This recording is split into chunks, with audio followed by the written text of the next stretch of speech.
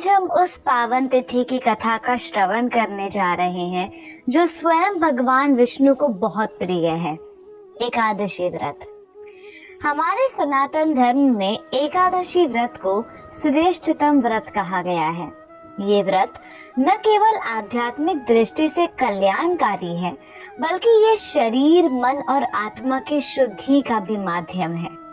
पुराणों में कहा गया है, जो व्यक्ति श्रद्धा और नियम पूर्वक एकादशी के व्रत का पालन करता है, वो समस्त पापों से मुक्त होकर भगवान विष्णु के परम धाम को प्राप्त करता है।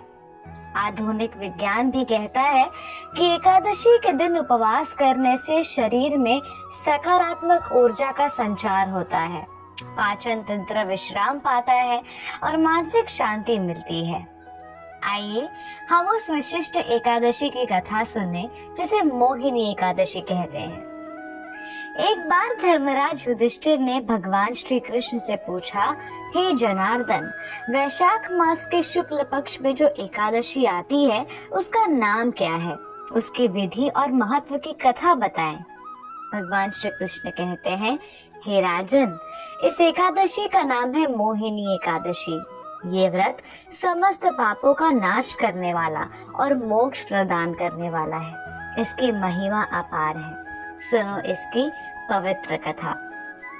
बहुत पहले भद्रावती नाम की एक नगरी थी। राजा धृतिमान राज्य करते थे।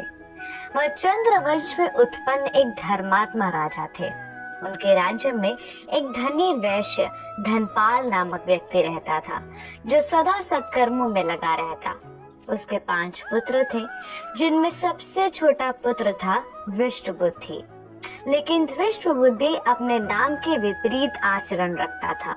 वो व्यसनों में डूबा हुआ, बुरी संगति वाला, माता पिता की अवहेलना करने वाला और देवद्वेषी बन चुका था। धीरे धीरे उसने चोरी, दुराचार और हिंसा जैसे पाप भी करने शुरू कर दिए। आखिरकार उसके पापों से तंग आकर उसके पिता ने उसे घर से निकाल दिया। वो जंगलों में भटकता रहता, भूखा प्यासा, दुर्बल और दुखी। एक दिन वो महर्षि कौंडिन्य के आश्रम पहुंचा।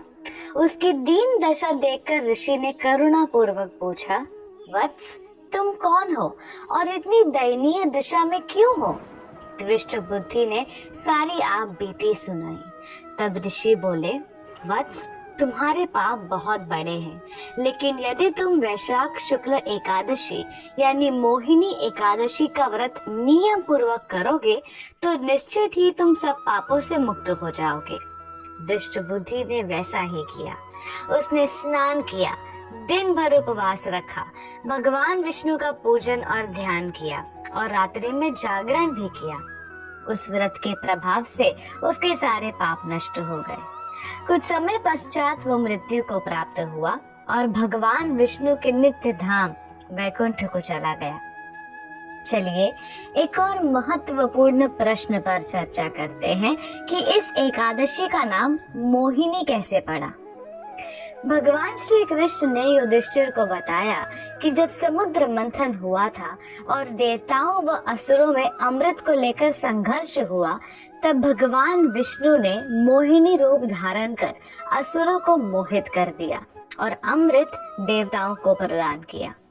इसी कारण इस एकादशी को मोहिनी एकादशी कहा जाता है, जो मोह को हरती है और जीव को इस भौतिक भवसागर से मुक्त कर भगवान के धाम की ओर ले जाती है।